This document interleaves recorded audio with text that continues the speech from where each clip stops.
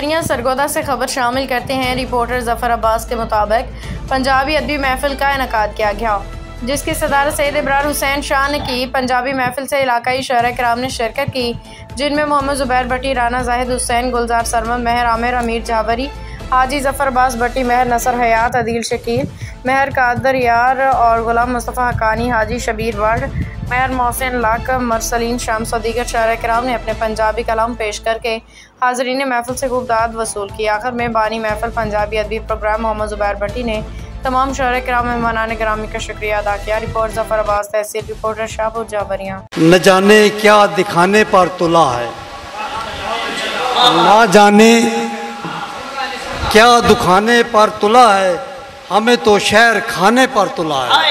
माशाल्लाह, वाह वाह, क्या बात है। उसी ने अश्क बख्शे हैं हमेशा, उसी ने अश्क बख्शे हैं हमेशा, ये दिल जिसको मनाने पे तुला है। दिले नादान को समझाओ ज़रा तुम, दिले नादान को समझाओ ज़रा तुम, तुम्हारे शहर आने पर तुला है।